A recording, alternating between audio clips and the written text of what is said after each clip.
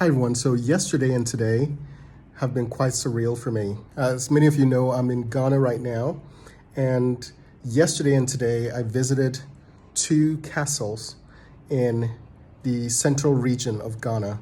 The first one is the Cape Coast Castle, and the second one is the Elmina Castle.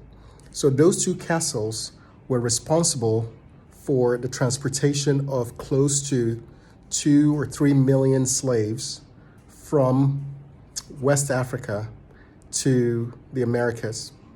And so I was able to take a lot of footage, video footage of everything, and the pictures are surreal and they bring a lot of perspective to the experiences of these slaves. And one thing that one of our guides told us that I thought was very interesting was that he said, I don't call them slaves. They're not slaves. They were enslaved. So there was nothing inherent about them that made them slaves. These were people who were enslaved. And so the pictures I'm about to show you are just a fraction of the footage that I was able to gather. I got special permission to be able to film the entire tour. And so over the next few weeks, I'm hoping to be able to share this with you.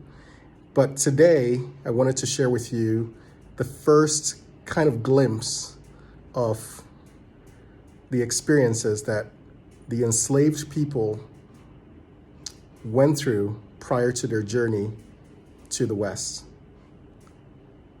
Going into the male slave dungeon.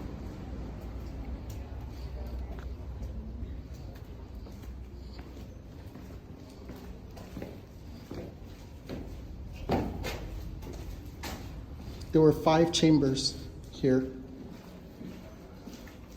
And the ground we're walking on is calcified human excrement, blood, food particles, urine. And this has actually been proven because one of the grounds here was excavated and the contents were tested and confirmed. So this was the place that was excavated, and they saw the original brick on the ground.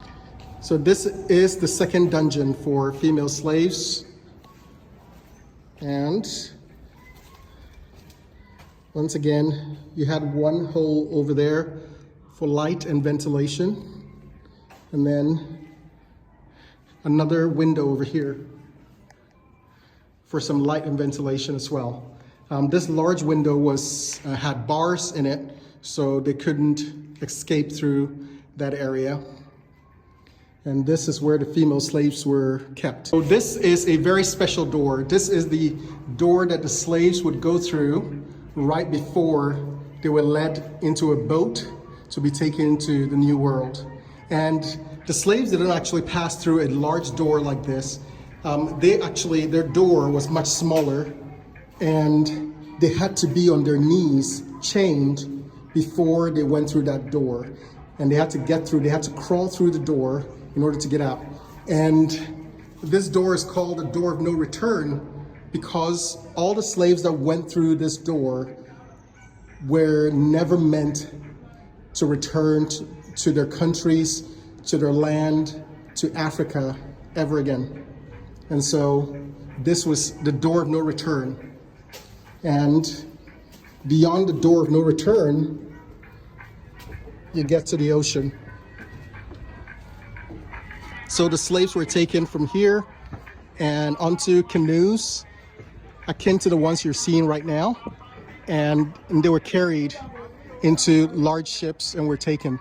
Now the slaves came through this door, but the slave masters and the merchants came this way, through what they call the golden steps. So they came down this way. They did not go through the slave door.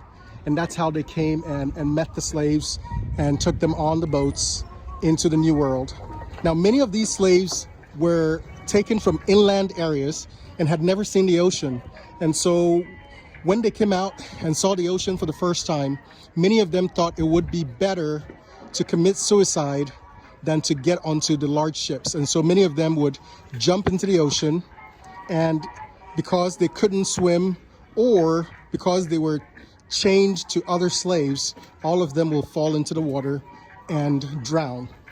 Now, this door has a significant meaning now because sometime in the 90s, they actually brought the remains of two slaves, one from Jamaica and one from New York, were brought back, and their remains were brought back through this through this door.